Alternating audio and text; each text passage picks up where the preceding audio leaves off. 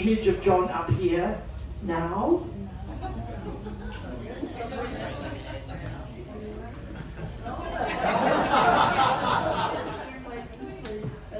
Oh, you can't rely on tech support. I'm a neo-Luddite and I'll just run through.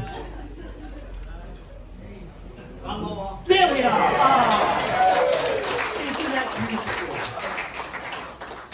My long-time friend, yes, oh sorry, yes, now absolutely not my place. My very good friend, the late John Lee, who had also moved back to Adelaide at this time.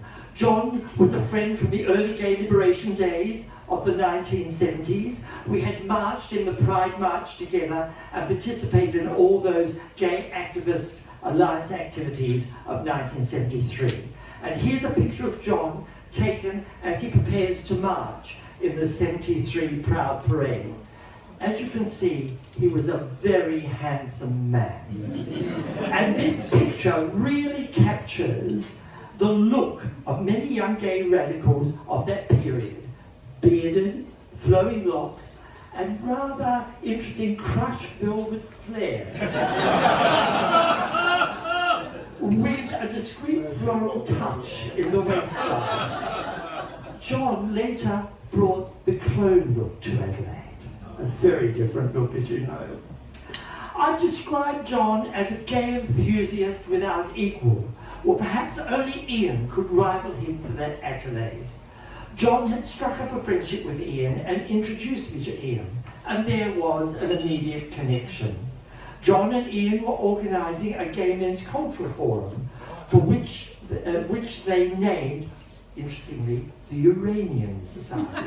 Not uranium, not Ukrainium, not uranium, the Uranium Society, which goes back to the 19th century. And I joined the committee. The society met monthly, and there was always a presentation. A gay book review was a regular feature, and I was asked to give the very first. It was Alan Hollinghurst's first and then recently published book, The Swimming Pool Library. In 1989, we met in the original AIDS Council premises in Carrington Street, and from 1990 in their new premises, the rather grand Darling House in Kent Town. Here we met for many years.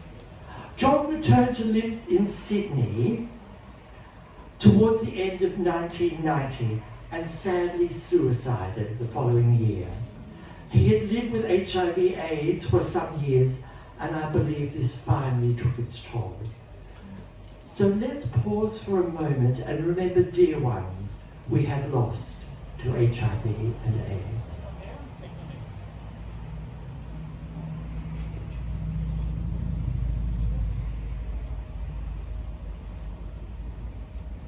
Thank you. Now, Ian had a wonderful theatrical flair, and a theatrical presentation became a standard item. With Ian's encouragement, I was more than willing to volunteer my services, especially if it involved drag.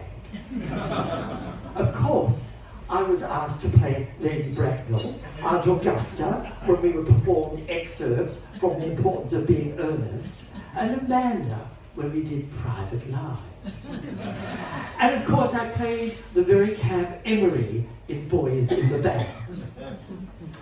There were other more sweaty performances. There was one called Steam Heat, a celebration of gay men and saunas, compiled by Ian Purcell. Ian did much of the preparatory work and always supplied us the scripts. If you were presenting, he would also supply information.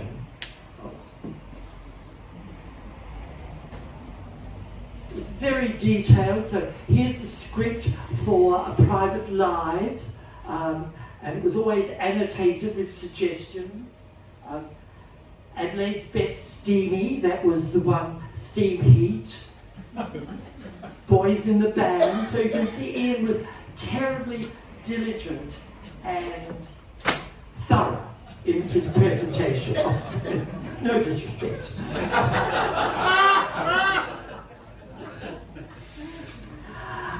These were the days of OHPs. Do you remember OHPs? Overhead projection is of happy memory.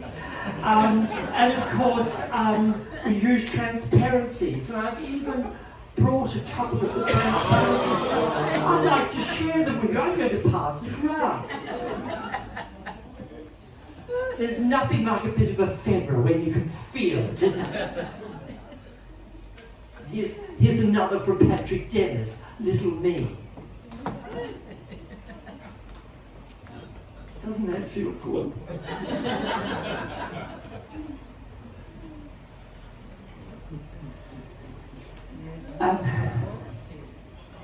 I get so excited, I lose my place. There are so many memories of presenting at the Uranian Society over the years. Ian inspired many of the presentations, as I said, which covered historical, political, literary and artistic aspects of gay memories culture. Back then, the committee would do monthly mail-outs. Do you remember that? Members received an A4 flyer, and I'll show you some in a minute, advertising the program for the month, and it would come in the post. And I brought a few flyers with me. March 1972, things remembered. Mardi Gras, 1978 to 92, by Will Sergeant. Walt Whitman remembered 1819 to 1892 by Ian Purcell.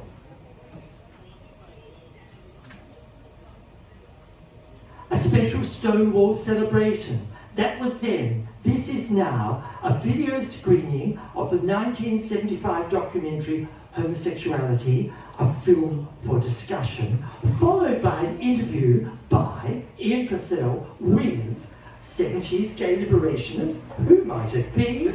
Will Sergeant. And 2001 queer activist George Valiotis.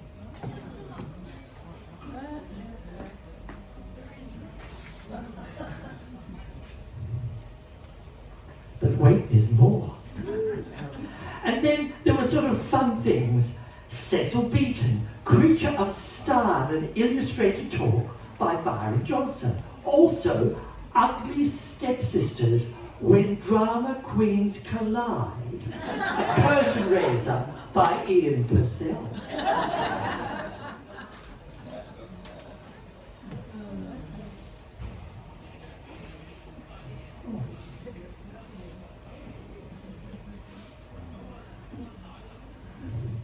And then, when you're multimedia, it's hard to juggle everything, isn't it? Oh.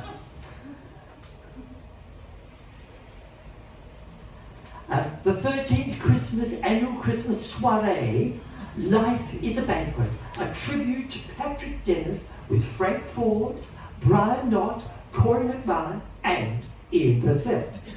The traditional Queen's Christmas message with Will Sergeant. It was Ian who had the bright idea that we should have an end-of-year party in December at which a Queen's message should be delivered. And Ian chose me to drag up and present the message. How appropriate. And this is what I did for many years. Do you love having them passed around so you can have a look and feel? Yeah.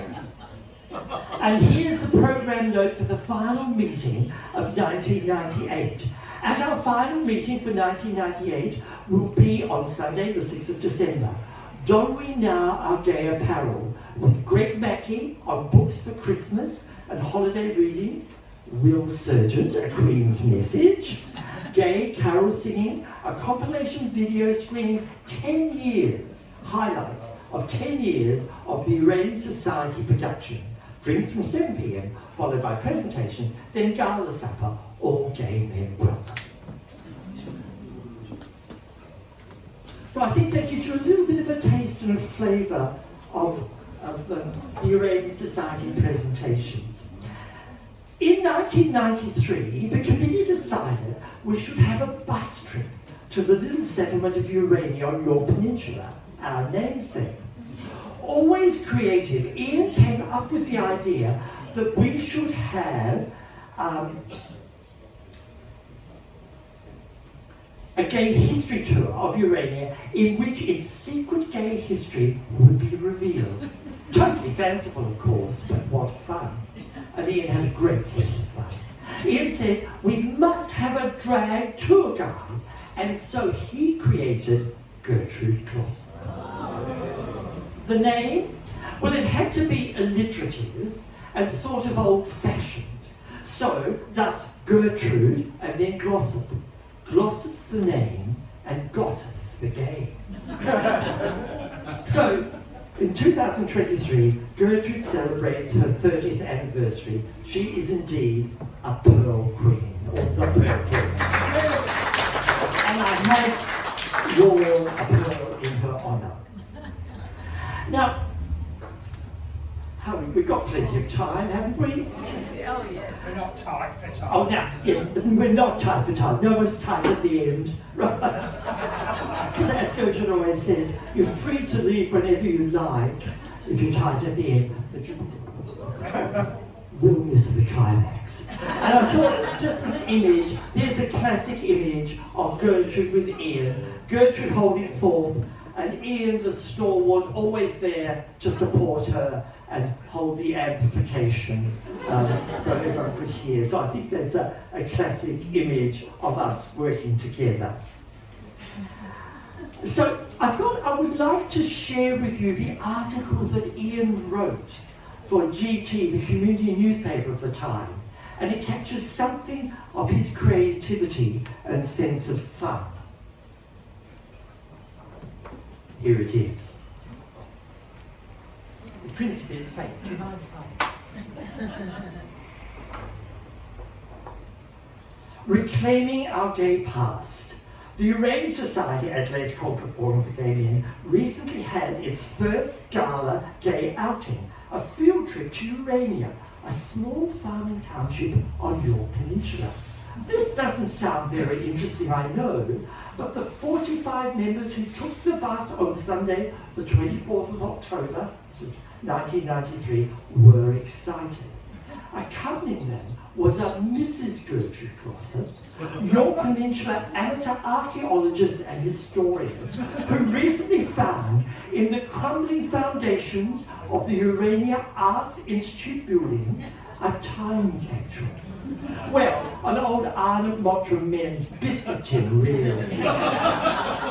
The contents of which revealed the amazing but true gay history of Urania.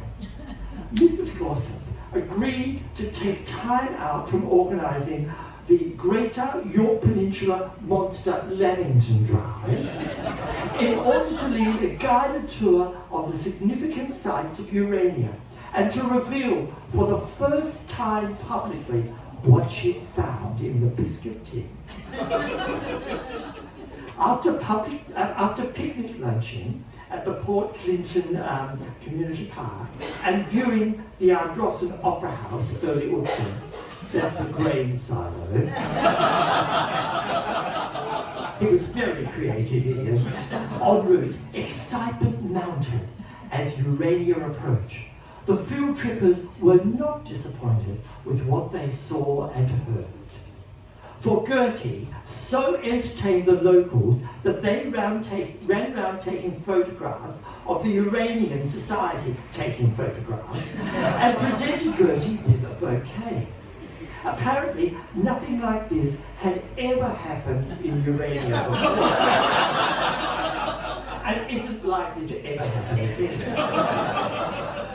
Gertie pointed to the crumbling ruins from where she had extracted the time capsule and explained that the tin contained, among other things, and listen to this, a diary, personal letters, a tiara, frocks, a metal ring, and various items of leather attachments.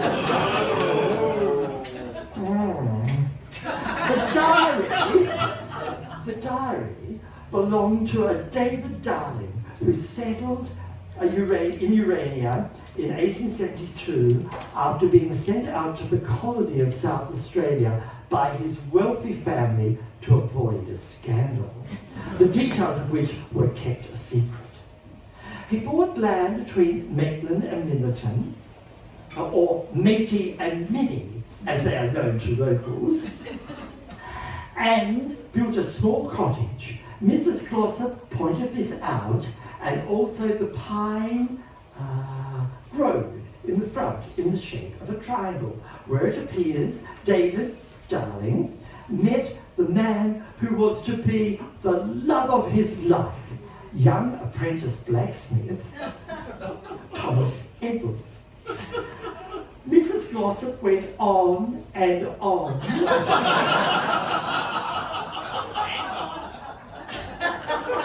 to explain how the two built the big house on the hill and entertained lavishly for many years.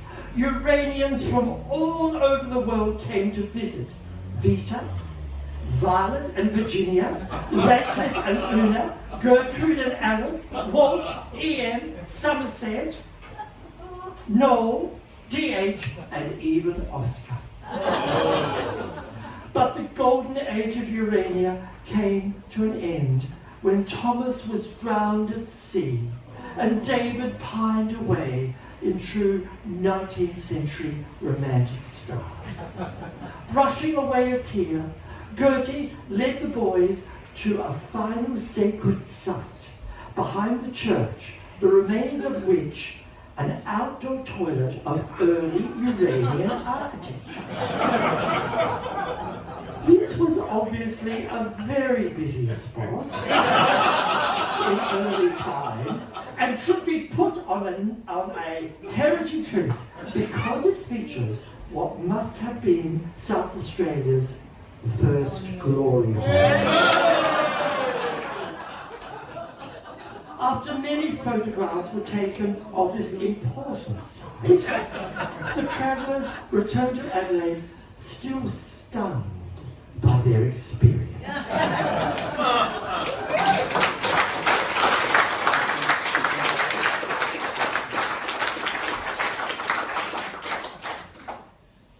So I think that really captures some of the magic of Ian, doesn't it? His creativity, his way with words, a sense of fun, and, as always, a bit of naughtiness. Yeah. It's very important, isn't it? And in fact, it was fun to repeat this excursion, titled Return to Urania, for the 10th anniversary during Feast 2003. 34 years on, the Uranian Society continues to hold monthly meetings, supported nowadays by Samish. It is the longest running gay men's group of its kind in Australia, an enduring testament to the vision of those trailblazers, John Lee and Ian Purcell.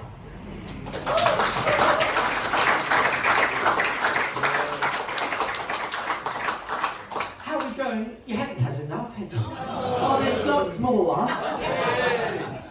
Oh, do we need to have an intermission? No. But it was the Feast Festival walks which really cemented Ian and my friendship and collaboration. For the inaugural 1997 feast, then styled Adelaide Lesbian and Gay Cultural Festival, Ian and the Uranian Society were approached to present a history walk. And I've got here's the original feast program from 1997. You'll note it's from the Gay and Lesbian Counselling Service Library of happy memory, not for loan. I don't know how it came into my possession. It's in my archive. That's all I know. And this library, at the time the finest and largest of its kind in the Southern Hemisphere, was one for which Ian worked tirelessly. Under special events, listen to the copy composed by Ian. And again, this captures something of his magic and the way history should be presented in an interesting, as well as enlightening, and this is factual, but an entertaining and slightly risque way. It was titled Sex, Crimes, shocks and scandals. The John Lee Memorial Adelaide Gay History Walk, presented by the Arena Society in 1999 as part of the LGCA Stonewall celebrations, gay activist John Lee led the first Gay History Walk. John's research will again be used as we walk back in time to visit the scenes of seduction and scandals, beats and blackmail, murders and mayhem in Adelaide before the decriminalisation of homosexuality. So many untold stories, such a fascinating history, an absolute festival must. The walk will be led by a suitably credentialed and colourful personality. I wonder who that was. Of course, it was Gertrude. Gosh, Ian did have a way with words, didn't he? This was something which Ian instilled. Make the telling of history engaging, entertaining, and if possible, a little risque. And so Ian, Gertrude and I collaborated on the first 10 seasons of Feast History Walks. Ian would introduce the walk, and Gertrude would conduct it with Ian loyally at her side. There was always the subtitle, the John Lee Memorial Adelaide Gay History Walks, as a tribute to John. And his oral histories, materials from which we always used. After the 10th season, Ian felt we'd exhausted our material, but Gertrude and I felt we'd established a tradition, which we have continued to this day. We decided to broaden the name of the walks and use queer and rainbow in the title. Ian remained very supportive and always attended the walks. Sadly, Ian died too soon at 69 in November 2016. Gertrude was honoured to MC Ian's funeral service, in which he noted that Ian, with his love of theatre and history, would have chuckled that he had left the planet in the 400th anniversary year of the death of the great bard. Gertrude's 2017 walk was titled Queering the Square, the Ian Purcell Memorial Queer History Walk. The invaluable legacy of both John Lee and Ian is always acknowledged in our walks. One of our walks took us past Adelaide Teachers College, which Ian had attended in the 1960s. He would amusingly quip, "I have an STD, you know." That's a secondary teacher's diploma. Now I want to read a delightful memory of a fellow student, a straight man by the way, which I included in the walk, and it's in my book, Queen of the Walk. Oh, it's such a useful tome. Where is it?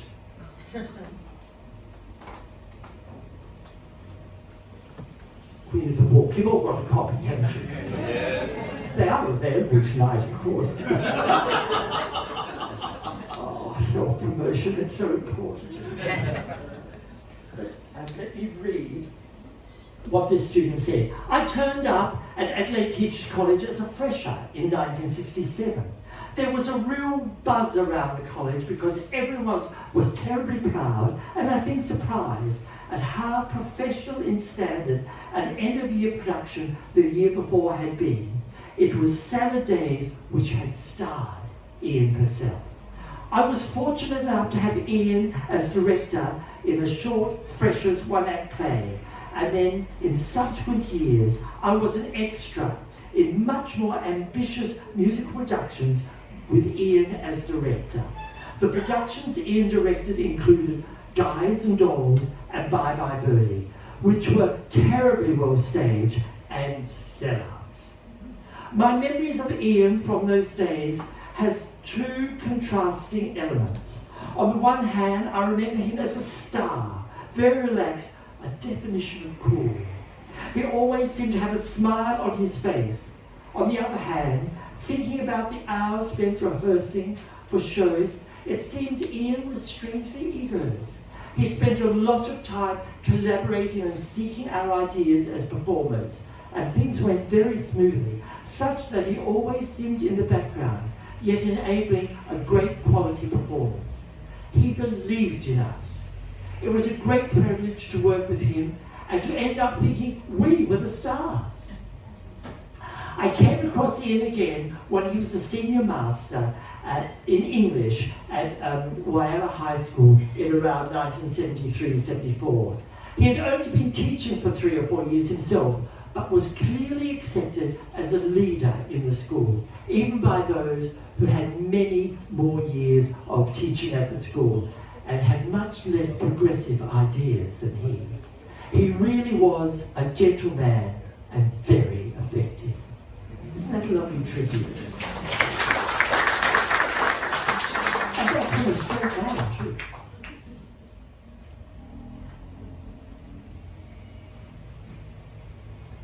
Oh, but wait, there's a lot more.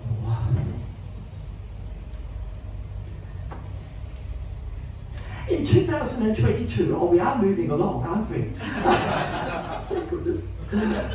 The City of Port Adelaide Enfield Libraries approached Gertrude and me to resurrect our 2005 walk titled Hello Sailor or Queering the Port as part of Feast. We dusted off the script and with updates represented the walk. In those intervening 17 years, Gertrude and I had not revisited the script, and what leapt out at us was Ian's voice in many of the stories. Thus, we used Ian's Feast program note again, the 2005 program note again, and dedicated the walk to his memory. It was wonderful to have 2 of Ian's sisters attending. The program note read, and again this is classic Ian, "Ahoy ye landlubbers, all aboard the Gertrude for a nautical but nice cruise of the queer history of Port Adelaide. Our experienced captain, Queen of the Walk, Dr. Gertrude Gloucester, will safely navigate the dangerous swamps, walls, paths and back alleys of the port to give you magical maritime moments to remember." Don't you love the alliteration? Magical maritime moments to remember. And here's Ian's introduction to the 2005 walk, which Gertrude read again in 2022 as a tribute to Ian.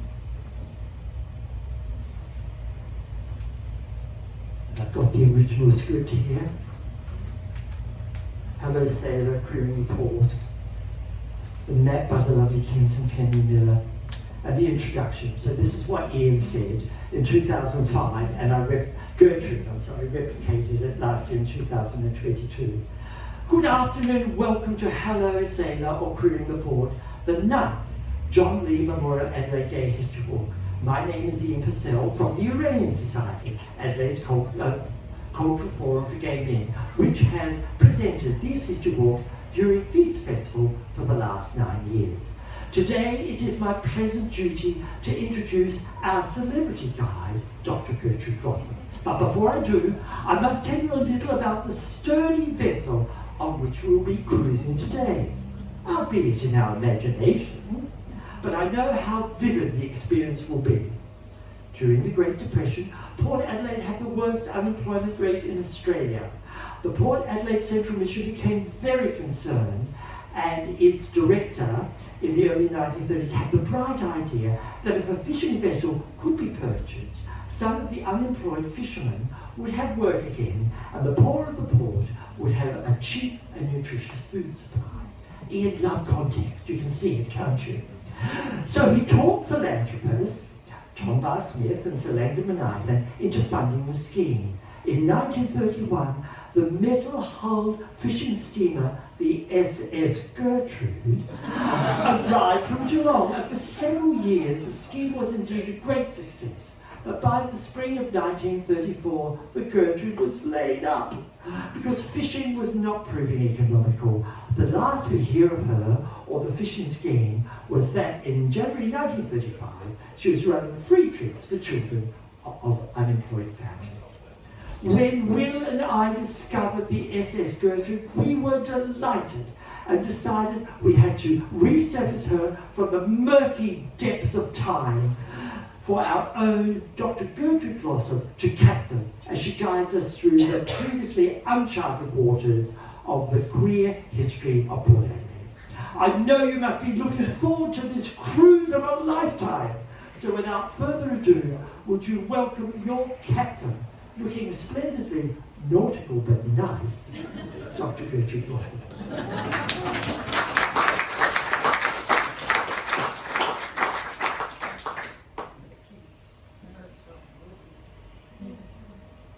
Wait, there's more. This year, we also celebrate the 20th anniversary of our modern Pride March, which was introduced in 2003 as an opening event for the Feast Festival of 2003, and until this year, with the exception of the COVID hiatus, has done so since. Now I've got another article by Ian. Do you want it? Oh, good. Thank you. Listen to the article which Ian wrote in September 2003 for Blaze, the community newspaper of the time.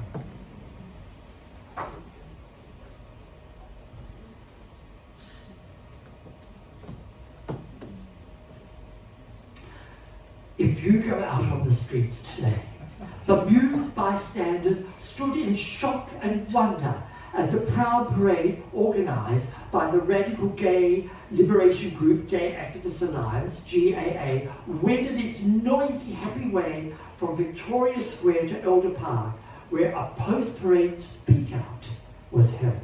The marchers wore colourful costumes, waving black and pink gay pride flags, carried banners demanding homosexual liberation, and sang, "If you go out in the streets today, you better go in disguise. If you go out in the streets today, you're in for a big surprise. For every gay that ever there was is out in the streets today, because today's the day that all the gays are marching." Of course, by the fabulous, shameless hussies, especially, I've got their songbook here, especially for the march. So it was very celebratory. Long-time gay activist, a member of the Pride March 2003 committee. I wonder who that is, everyone. Will Sergeant. Remembers the 1973 march as if it were yesterday. It was an exhilarating experience, he said. It was the first time that homosexuals in Adelaide had ever come out publicly. We were making a personal and political statement, which was a pretty brave thing, this is back to Ian, which was a pretty brave thing to do at the time, considering that male homosexuality was still illegal in South Australia and gay men and lesbians had no protection under the law. Will remembers, we claimed the streets and didn't want to let go. After the speak out, a small group of us went back into the city, rode up and down the escalators in Mars, chanting and singing. We staged a love-in on a double bed in DJ. We drew quite a lot of attention. The march was part of a National Gay Pride Week. Similar marches were held in Melbourne, Sydney and Brisbane. Other activities held during the week in Adelaide included a media conference in which pink lemonade and fairy bread was served, a forum at Adelaide University, a gay pride dance at the Women's Liberation Centre, and the leafleting of churches. The activities were covered by Adelaide Press, radio and television news services. The Gay Activist Alliance had formed earlier that year. Members met weekly, ran regular consciousness-raising sessions, and engaged in public zapping of people who made ignorant statements about homosexuality, including entertainer Ernie Sigley, Dr. John Cord from the newly formed Festival of Light, and a prominent Adelaide gynecologist. The demonstrations on the step of Parliament House during rush hour, handing out boiled sweets and leaflets which said, "Homosexuals are coming out, proud of our sexuality and identity." However, the activities of GAA sent shockwaves through the conservative camp community. One older gay man who had been shopping in town on the morning of Gay Pride Parade later told historian John Lee, "I was horrified. I heard the march is coming. Glory, glory, homosexual. That's what they were singing. I dived out of the way in case I was seen and recognized." Another said, those young radicals alienated people because they forgot that not everyone, that everyone wasn't in a position to come out and take a public stand. There was also concern that the activities of the militants, get that? The militants, do I need to say it again? The militants would negatively impact on the passage of the law reform bill to decriminalise male homosexuality. They were mucking it up, a member of CAMP, Campaign Against Moral Persecution, told John Lee, while we were trying to get mum and dad in the suburbs to agree to it. Well, law reform was achieved in 1975, but both GAA and CAMP faded away, and now it's today's younger generation of queer radicals who are critical of the identity politics of their gay elders. Planning for this year's 30th anniversary Pride Parade March had to be held on the 7th of November, the opening night of Feast, is well underway. Over 150 GBLTIQ groups and supportive mainstream organisations have been invited to participate. Appropriately, veterans of 1973 have been invited to lead the march, along with members of LGBTIQ youth groups. I asked, now listen to this everyone, I asked Will Sergeant what was his most vivid memory of the 1973 march. I almost missed it, he said. I'd been to the gay pride dance the night before and met this lovely chap, who I invited home for the night. When friends came the next morning to collect me for the march, we were still in bed. However, all I had to do was throw on a caftan. And I was ready to go. Will still has the caftan. Indeed, Will still has the caftan. You'll have to wait until the 7th of November to see if he's going to wear it again. 30 years on, I hear they're back in fashion. So another lovely example of Ian as a wordsmith. How are we going? Do you want more? More. Now this might be a little bit controversial. Are you ready for it, everyone? Yeah. We love a bit of controversy, don't we? This year, just because I'm so multimedia, I've got to remember. I did miss one little thing. Can I just add it? After we read from the 2005, you'll notice that Mrs. Gertrude Glossop has become Dr. Gertrude Glossop. That was Ian's idea. He thought Gertrude needed a PhD to give her more gravitas. So we came up with the idea of PhD, formal drapery, Curtin University. With the mottos, decorate while you educate, paint the lily, add another hue unto the rainbow. Thank you, Ian. Always creative. Always creative. So this year we're, as I say, we're celebrating the 50th anniversary of the Crown Parade and Gay Pride Week, Gertrude's 30th anniversary, the Pearl Queen, and the 20th anniversary of the reinstituted Pride March. Now, we had been hoping that Feast, as Adelaide's Queer Arts and Cultural Festival, might take a lead in celebrating these anniversaries. However, it became apparent that it would be up to individuals to do this. Thus, Gertrude and I set about organising 3 events, and I think some of you may have been to them, haven't you? Some came to Gert by Sea, didn't you? Yeah. Hands up, who was at Gert by Sea? Oh, isn't that marvellous? which was the launch of Gertrude's new book. Available tonight, of course, down there. If you haven't got your copy, shameless hussy, Gertrude is. And it was celebrating the port and gay bay walks. The event was sponsored by the City of Port Adelaide, and it's always wonderful when local government supports you in this way, and held in the Port Library. The book is dedicated to Ian and explains how crucial his input had been in devising the Port Walk. And as I say, when Gertrude and I reread that as script from 2005, it was almost we could hear Ian speaking to us. His words came through. We also organised a gay bay event at the town hall, the Glenelg Town Hall, where the Cosmos dance, there were two dances in Gay Pride Week, and one of them was at the Glenelg Town Hall.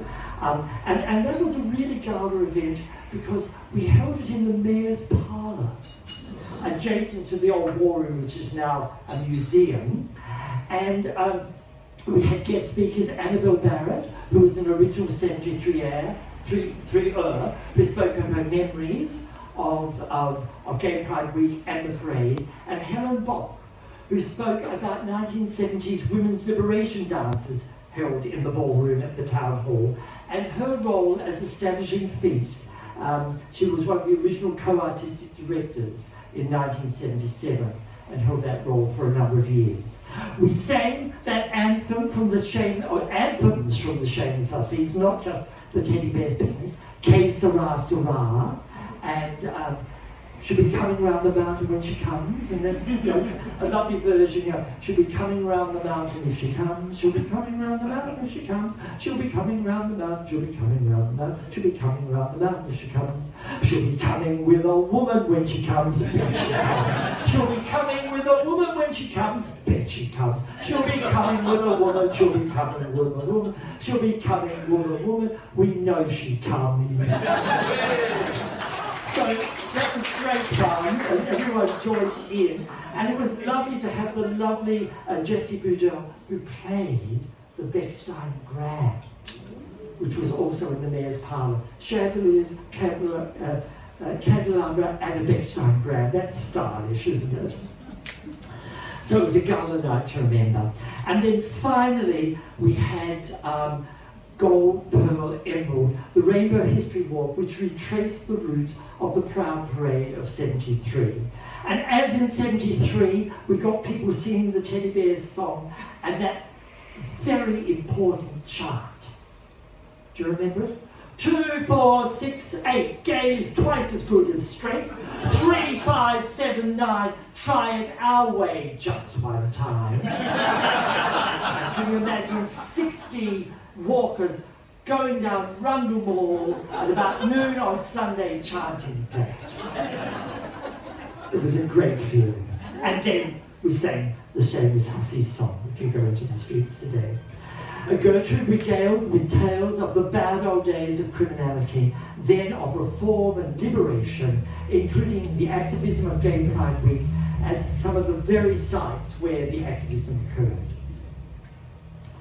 We did stop short of reenacting the same-sex loving in the bed department. Pity. As in 1973, the walk concluded with the Speak Out, plus refreshments with a gala rainbow cake and a rendition of Happy Birthday Gay Pride Week. And that event was sponsored by Samesh, Pride March Adelaide Inc. and ECH. Well, that brings us up to date, doesn't it? But there's one last thing, everyone, and this is the most important thing. As Gertrude sometimes says on her walk, if you remember nothing else, promise me you'll remember this. It is about what you wear. Now tonight we've got the lovely Ali Worm in our audience, and Ali's featured in, did I mention my book? Ali's featured in the book because Gertrude was asked to attend a final service for Hertz and Beads at Semaphore back earlier this century, and to speak at the luncheon afterwards. And there, the Anglican faithful were gathered, and do you know what Gertrude's speech was titled? The Falling Dress Standards Among the Faithful. No hats, no gloves, and no parasols. I think the message got through, and I think the standard has improved, hasn't it? So tonight, I just wanted to draw attention to what I'm wearing. You've read the little logo, now go homo, yes, and badges. We love badges in the 70s, so you can come up and touch them afterwards if you like, and closely, various badges. And then I want you to look at my footwear. Oh, yeah. These shoes are the original sensible shoes that Gertrude wore on her first history walk in 1997.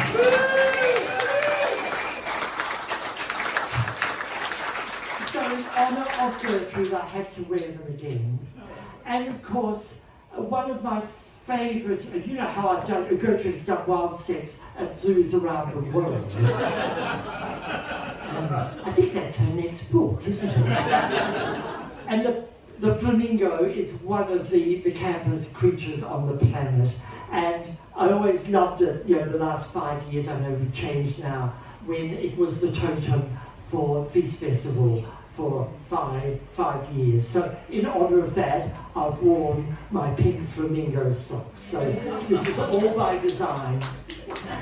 And finally, I'd like to say, Gertrude and I believe that fitness in the third age is very important. So I think I'm looking all right for 73, don't you think?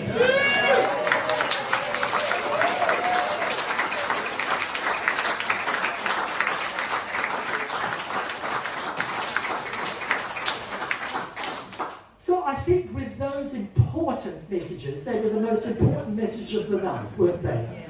I'd just say thank you SARAA for inviting me to speak, and it's been a delight and a pleasure and the honour of two of our great gay liberationists, late John Lee and Ian Purcell OAM particularly, and the oration in his honour and name to speak tonight. Thank you.